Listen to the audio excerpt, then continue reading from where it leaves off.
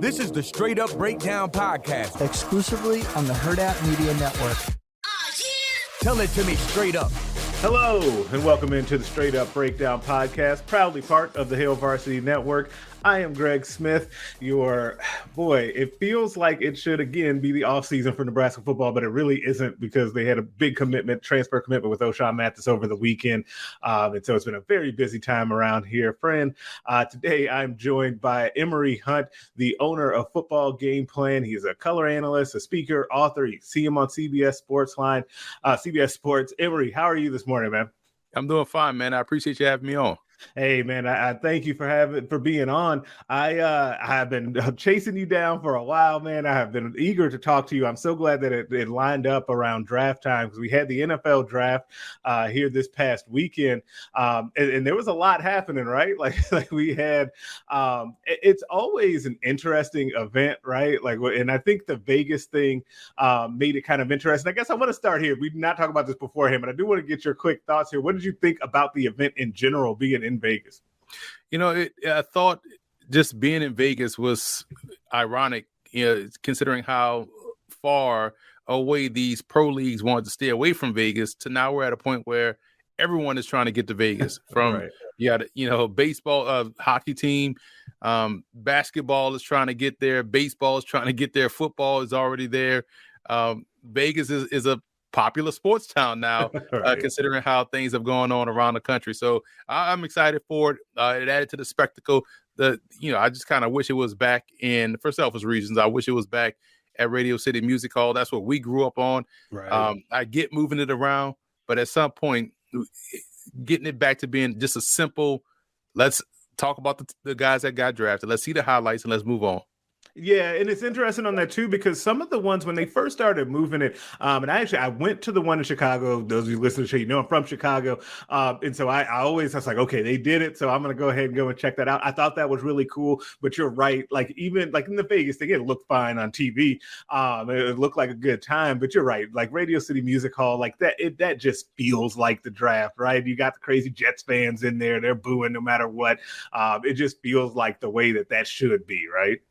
Right. And I mean, I went to the one in Cleveland. I went to the one in Dallas, and I was just like, after day one, it was kind of like, man, I feel like this could really just be back in New York City, because it just seems like it has gotten too big for what it is, Yeah, it absolutely has, because it just like it basically had, and like most things NFL, right? It just turned into one big advertisement and TV show, which is like it's weird. Like consider like a draft has become that, and it's so much bigger than anyone else's draft.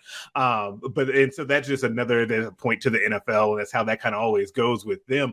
But the first thing that that we always have a couple of segments on the show that are mainstays, and the first one is Coach Speak, where I give you guys something that a coach, player, or talking head said, and then we give you the straight up breakdown of what they meant. Coach, speak to real talk. And this week is going to cover a slightly different story. It's going to be ESPN's Jeremy Fowler, who had this to say about the Deebo Samuel situation. Quote, I guess Odell Beckham Jr. is out here breaking news saying that Deebo Samuel is going to the Patriots, but I guess that was a joke.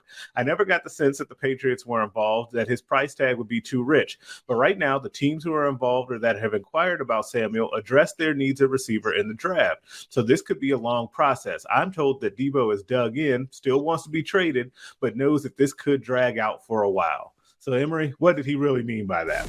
Let's break that down. He really meant he was low-key hating on Odell Beckham Jr. I think a lot of reporters feared that part of it. You see it now with the pop-up of these athlete podcasts. Mm-hmm. Why would you, go on someone's show? You are the show and create the content yourself. So that was the first thing I heard in his statement, his initial, comment. The second part, teams addressing the receiver position. No one addressed the receiver position if Deebo Samuel's still out there. That's the guy. You go and get him. Yeah, you may have drafted a receiver in the first round, maybe two receivers in the draft. But if Deebo Samuel wants to come to your team, you make it work. So the Deebo is still out there. And so no one has really addressed the position until they get Deebo Samuel. Because if you can give me, it's the old saying, a bird in the hand is worth two in the bush. That's this situation right here. Yeah, it absolutely is. And I want to go back to something that you said, because that's really interesting. I did not think of that about the low-key shot and the hateration that was in that statement, because you're right. Like, the thing that's starting to happen, the first one when you were saying that came to mind for me is actually in a different sport, what you're seeing with Draymond Green and his podcast and stuff that he's doing, where essentially and of course he has access to then, like, whenever he wants, have Steph Curry on the show, right? And he's done that a couple of times. And it makes it to where they don't need us so much anymore, and I do think that makes people uncomfortable that are in the profession, and you do get a lot of that. Like, you get some of that too, where with the breaking news, right? Whereas now you've seen either athletes go to their own social media or their own shows to break news, either about themselves or about other people in the business that they know, and then you've seen kind of, which is a whole different situation, the Aaron Rodgers thing with being able to kind of cherry pick one particular show and go on that. I think that those sorts of disruptions to the process and the media game, I do think is really something to watch, and something that people in our business get real nervous about real quick, because ultimately they think they're going to be replaced. If you're doing your job, that won't happen to you. But there's my small rant on that. On the actual trade part, I'm with you. Like, it's not settled until Debo has moved somewhere, right? Like, whichever team acquires him, even if, they've gone ahead and taken a wide receiver or two, like you said, they're still going to work him into the program, right? Like, and because his skill set is so unique, given what the 49ers have done with him, which has also kind of caused the issues that they're having, right? He can fit into a lot of different situations. I'm curious though, man, the wide receiver market right now, and what's kind of happened with that, and it being reset, and everybody, especially those second round picks, right, from that one class wanting to be paid, has just been a fascinating subplot to this offseason to me. Yeah, again, it's going to be more of the same. They see what happened with the running back position, and how folks in the media talk down on running backs, to where they did the league's bidding. They've driven the price down on these dudes, thanks in part to people in the media saying, oh, you could take one anywhere. You can take one anywhere. No, you can't take one anywhere. Yeah, you can't take one anywhere, but you can't take special ones anywhere. Right. But they've driven down that value for that position, and you're going to see them start to do the same thing for receivers. Notice how they never do it for quarterbacks. Right. They need to start doing it for them, because no one player is that good. You need a team of guys that can play. And folks love to worry about money that's not theirs, and they can't even balance their own budget, but they could balance a salary cap and worry about a salary cap. So I feel like it's a lot of indirect hate on guys getting paid, and I feel like that should be something that receivers are definitely taking notice to. Hey, I'm gonna get my money now, because they see the trend. Wow, are we going to be paying receivers now? You got to take one in the draft, because you can't really pay these guys. Oh, they're moving these guys, so that tells you the value of the receiver it may be going down. So we're about two more big moves away from the statement coming out, do wide receivers matter? Just like how they about running back. So we're about two more big moves away from that happening. Everything is cyclical, and if you pinpoint, if you watch enough, you listen enough, you see the trend of where everything is going. It's funny you say that too, because remember a few years back, the tight ends, those hybrid tight ends were getting all those big deals, right? Like, that was it, man. It felt like the Jimmy Grahams of the world were just getting these mega deals. But even then, and the thing that I'm always curious about, even with those moves, remember back to that time, all those tight ends had to fight to get that money anyway, because what did they have to do? They had to say, hey, I got to give you the breakdown of how many times you're lining me up wide versus how many times you're putting me in line. And some of these wideouts, especially Deebo Samuel, who we started talking about, he had to make that same kind of an argument when it comes to, hey, listen, I had all those rushing touchdowns, but you're also lining me up as a wide receiver, but now you want to pay me as a running back after we've devalued the running back. Like, all of that, and it just keeps going on and on. It's just cyclical, because it does move from position to position, except for we don't do this to quarterback, which always is wild to me, because you can look at a handful of them and say, okay, they really need to be paying this guy $32 million a year. Like, I know I pick on Kirk Cousins all the time. I do it all the time. But like, should he really be making that much money now? Hey, props to his agent and to him too for kind of playing that game, and he really set him up. Now, years ago in Washington, when he was doing the franchise tag, then he finally got his money and all of that. And of course, you don't really take the pay cut, right? If you're a quarterback, your money never really comes down; it only goes up. But at some point, you got to correct that imbalance, or I would say at some point. But it doesn't feel like NFL teams have the stomach for doing that for quarterbacks when they do it for everyone else. A lot of times in this country, we have a great ability of rewarding mediocrity. Kirk Cousins is 59-2 as a starter. You can't get no more average than that. And when you justify that record, and people will say wins, quarterback wins is not a thing. Well, it seems like the good ones never lose, right? And so you look at that record juxtaposed to where he's getting paid. Why are we still doing this? But it is what it is. I'm glad he has mastered the art of the contract. He is phenomenal in that regard. Hall of Fame. He must ace those interviews. He goes to those interviews with the team and just kills it. Can't argue with him, man. Like, he got a method, he got a game plan, he sticks with it, and it works every time. Yeah, it has worked every time. Like, he's coming up aces every single time when it comes to renegotiate that deal, despite being extremely average. Like, it's funny. And I'll be curious to see if we ever get there. I doubt it. If we ever get to some sort of reform when it comes to quarterback salary, because but you know what will be the thing that makes it a catalyst? If a team ever figures out how to put a complete group around a quarterback by spreading the money out, and they win a lot by doing that, that's the way that you're going to have to do it. Otherwise, it's just always going to be like this, because people are convinced that they have to have a big money quarterback to be able to win, or at least a quarterback that's on his way to big money, that's still on that rookie contract. If you make the 52 better, the 53rd guy won't matter, in terms of you won't put all the eggs in that one basket. Like, make the entire 52 better. Therefore, the 53rd guy can play within himself. Right. You can overcome some of his rough spots, and you can still have success. And if you draft well, that's cheap labor, to use that term, for at least 3 to 4 years. And if you consistently are able to draft well, then you could lose some free agents that you don't want to pay because you trust your scouting department to go and find the next guy. Right, absolutely. And that leads me perfectly to the next thing that I definitely want to talk about with you. As we mentioned off top, the NFL draft happened this past weekend. And I'm always it's always interesting, to give the snap judgment, right, of like who you think did well, who you didn't think did so hot. And it feels like there's always a couple of teams that kind of stand out above the rest. So I'm real curious from your point of view, like, is there a team to you that you come out of that weekend after looking through everything over again and saying, man, I really think they killed it this weekend?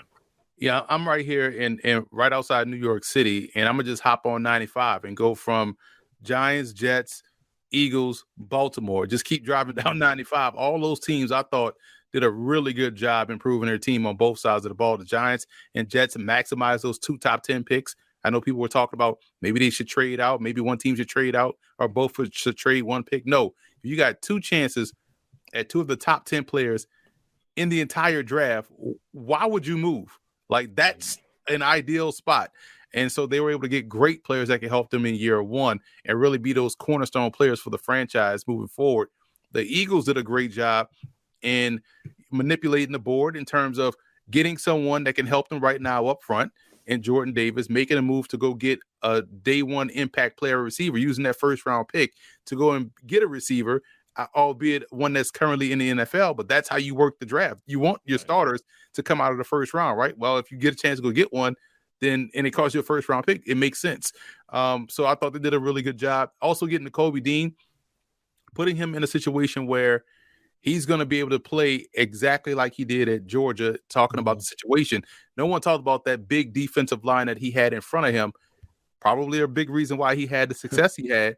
You put him in that defensive line out there behind the defensive line in Philadelphia, he could do a lot of the same things. So he's going to a very similar situation that'll help, yield success for him.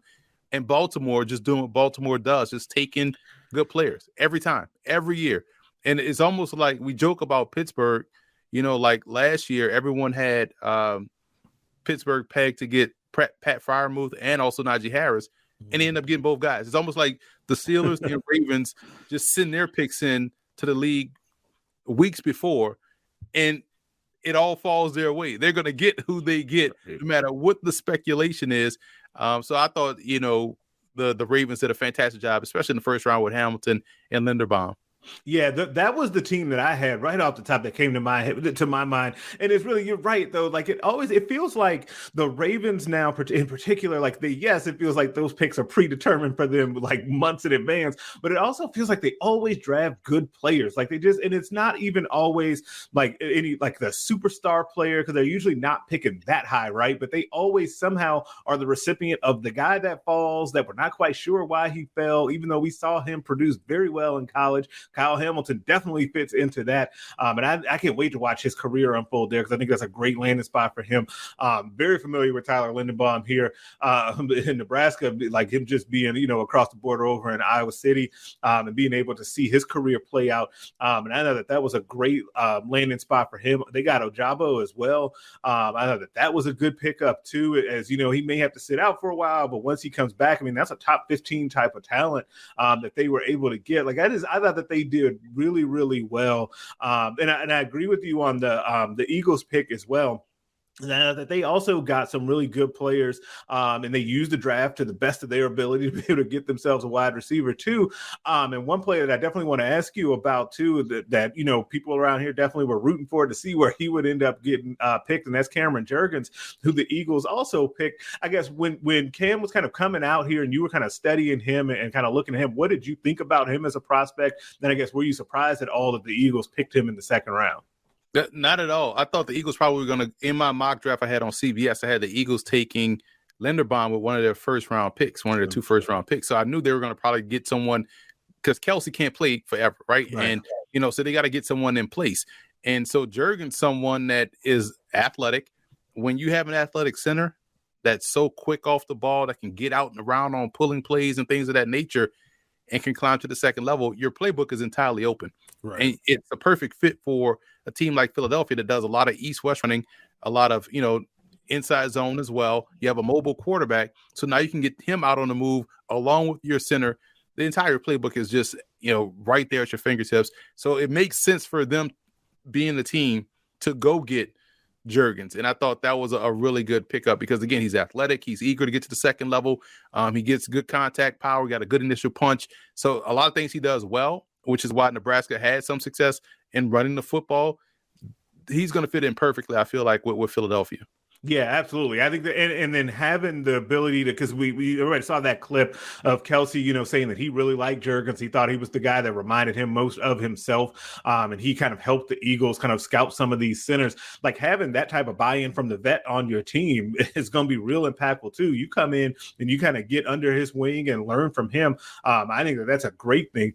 It'd be a great situation for Cam to go into. And he's got an interesting connection, because his former offensive line coach, Greg Austin, has spent time with the Eagles as well, and was an assistant coach there, assistant offensive line coach before he got back into college as well. So there's some familiarity with the franchise too. I just think that that's a really good landing spot for him. Now, if you look at the flip side of that, was there somebody that you go, man, they kind of made me scratch my head after looking at what they did overall? Well, I feel like since 2020, every team has done really well. I feel like that pandemic draft kind of forced everybody to realize less is more, and they just focused on the tape. And since 2020, or from 2020 to where we are now, I feel like everybody has had really good picks. It's like, man, that's a solid pick. It makes sense. I can see that. Yeah, right. I can see that. And prior to that, everybody was like going off the wall because they had too much information. But I always go back to the Steelers pick with the first round pick with Kenny Pickett. And it's not a knock on Kenny Pickett, the player. It's more so of questioning the Steelers' comments about Pickett in the process. Pickett has been playing football at Pitt for 5 years. So the first 4 years, he was kind of, mediocre, kind of average, showed a little bit of skills, but you could clearly see at worst, he's an NFL backup quarterback, right? He had the statistical year this season at Pitt. Jordan Addison, someone that is going to be a first-round pick next year. The stats look bloated, right? But he's been playing football for 5 years, and he has been the same guy. Even this year, he was the same guy that he was the previous 4 years. But the Steelers' comments were, "Oh, we want someone with a lot of starts." Okay, cool. Let's put a pin in that. A lot of starts that play a lot of football. Let's put a pin in that. He has been productive. He can step in right away. He's most pro ready. Okay, cool. To me, they want somebody that's athletic too.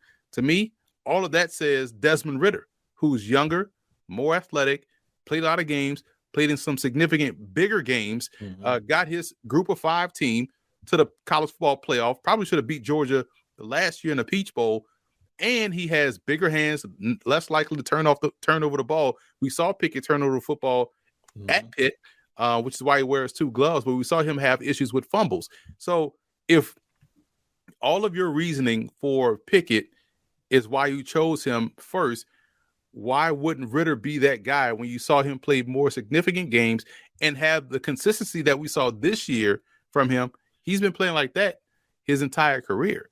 Pickett really just had one good season statistically. So I felt like if you're going to, it's not even about Malik Willis. So I always want to ask, in a moment of clarity in that room, did it come down to Pickett and Ridder? If that's the case, okay, I'd rather that be the discussion than Pickett over an upside pick in Malik Willis. Because right now, is Pickett better than Trubisky? And then in round 7, you take Chris Oladokun, who started at South Florida, then moved to Samford, then came off of a really good year at South Dakota State, who is athletic, can make all the throws, right? Has played in big games, got South Dakota State to the playoffs this year. He better than Pickett? And if it's a true competition, will you say, you know what? Is it a Gus Frerotte, Heath Schuler situation where you say, you know what? We may have chosen this guy first, but the guy we chose in round 7 may be better than our first round pick if it's a true, honest competition. So that, to me, that whole situation just seems a little bit weird. And it's going to be interesting to watch this whole, quarterback battle between Trubisky, Pickett, if Oladokun gets legitimate reps, if that's the battle, yeah, it's going to make the team better because the best guy will come out on top and would have earned it. But I'll be fascinated to watch this whole thing, take course. Man, you cannot be afraid. One of the things I always think about, and this is in sports in general, and it feels like football in particular, this happens, especially with draft picks. Recruits are kind of the same way, going from high school to college. You cannot be afraid, to me as a coach, to say, okay, the guy that we thought or we projected to be the best of this bunch at a certain position is not getting it done, or he's not what we thought he was going to be. And the guy that we got or thought less of coming in is actually better. You can't be afraid to play that other guy, right? You just can't be afraid. And you see it all the time. And I feel like you see this a lot, especially in recruiting, when you come to like our guy, quote unquote, right? When you have your recruit that you brought in, or you might have had a holdover from the previous staff, and you really want to get that new guy a chance, but it turns out that the other guy is actually better. Because what ends up happening to me in the end is, say Mike Tomlin ends up having to play Oladokun, right? He wins that job down the road and he plays him. No one's going to, or not a lot of people are not going to say, oh, dang, they really messed up with Kenny Pickett. They'll say, oh, they figured out a way to get the most out of that guy. They'll still give you credit. Right. And I think that sometimes people the ego gets in the way and they don't want to end up saying, we messed up on one way or the other. But that will be fascinating to watch. And that's even kind of forgetting, even though as a Chicago Bears fan, like Mitch Trubisky is Voldemort around here. Like, I don't want to talk about him. But like, that's even before saying, like, when you draft a guy in the first round at quarterback, he should be able to say, yeah, he's going to come in and start over Mitch Trubisky. Like, you should get that. I don't think you got that in this case with Kenny Pickett. And it's so interesting because there's Nebraska tie there too, because his offensive coordinator, Mark Whipple, who was just over at Pitt, now with Nebraska, and Nebraska is trying to get some of whatever he did with Pickett in this final year, kind of bring some of that magic pixie dust over here and see if they can work that with Casey Thompson, the transfer from Texas. And so it'll just be really fascinating to watch that battle, while, oh, by the way, you have to be the guy to follow a legendary quarterback at that in that place. Like, that's just going to be a real, like, they've made that into a really big storyline that I think everybody's going to be keeping an eye on when training camps open up. Yeah, and you now to their credit, they have increased the athleticism in a room with with Pickett, Trubisky, and Oladokin, which means that Rudolph is an odd man out. They're probably going to ship him off, but at least you have increased the athleticism. But now you put yourself in a position where you're in a division with Lamar Jackson, Deshaun Watson, and also Joe Burrow. Who's out that trio that I mentioned for Pittsburgh gives you the best chance to compete with those guys. And Pittsburgh, to be honest, they killed the rest of the draft. I mean, they did a fantastic job just knocking it out the park with the talent they were able to acquire. They got George Pickens, phenomenal receiver.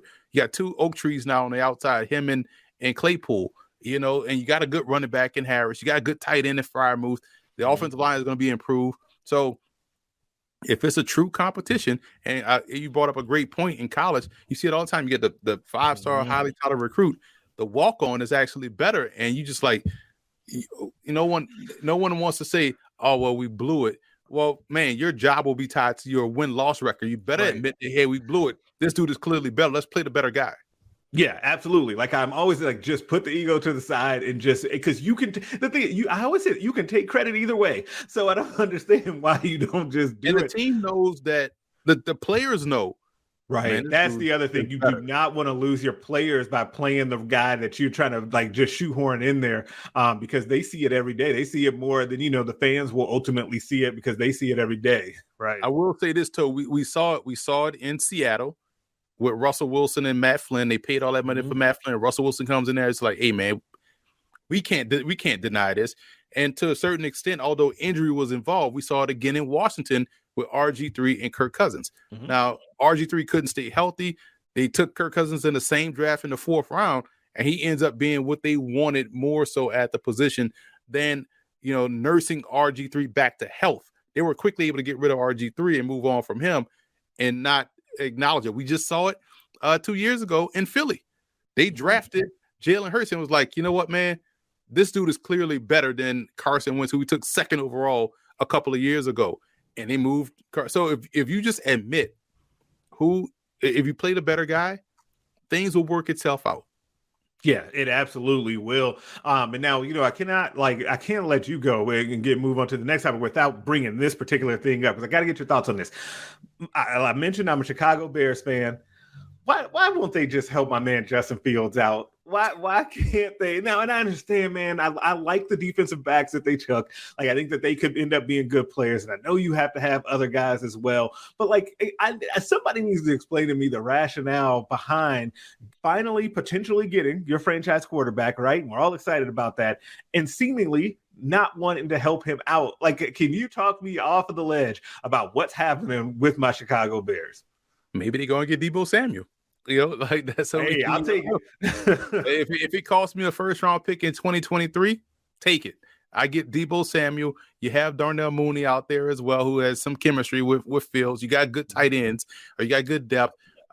So the offensive line should be improved. He's going in as the starter, so that should help improve his play. Instead of playing the yo-yo ball you played with him last year, like, we're going to put Dalton, maybe, I don't know, and then you put him in there, and now we're going to take him. Like, now he goes in knowing I'm the guy, this is my team, and the offense will create itself around him and his skill set. So maybe Deebo is the guy that Chicago has in mind, which would explain why they just bypass some good options in a receiver in the draft. Man, I would love that if that is something. I would even if they're just involved and it comes out that they're trying to do it. I would be happy, but I think that would be great. We'll see. I just want them to put Fields in a position to succeed. Because you can already see a little bit of it creeping up. And he doesn't have it. Like, it's not going.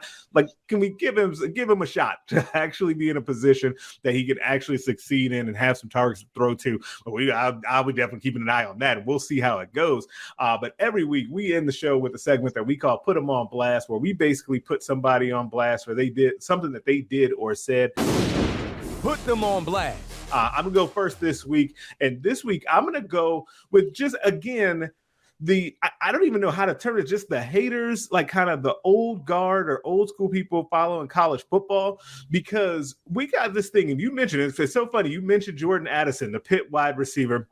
who has been in the news over this weekend because he went into the transfer portal, and the heavy rumors are that he's going to end up at USC. Heck, by the time this goes live, he might have already announced that he's going to USC. And part of it is tied to, reportedly, that he's going to get a large NIL deal from USC to head out there. Like you mentioned earlier, he is probably a first-round pick in a year. He also, as we've been talking about, lost Kenny Pickett, his starting quarterback. He lost his offensive coordinator, and Mark Whipple. And it's a weird tie-in because Keaton Slovis, the former quarterback at USC, is out at Pitt now. So he got a whole spring to go through the spring with him, which I think is something that we need to be talking about more, because if you are Jordan Addison and you've just played with Slovis for this spring, lost your people, and then you're looking over at USC and you say, dang, there's Lincoln Riley and Caleb Williams, you'd go out there too. Stop playing. So all of the people that are like, man, this is what's wrong with college football, and they're driving college football off of a cliff, and people are leaving to better their situations and just get money. Like, y'all got to go on blast, because for a few reasons. Number one being, college football has actually always been like this. It's just out in the open now.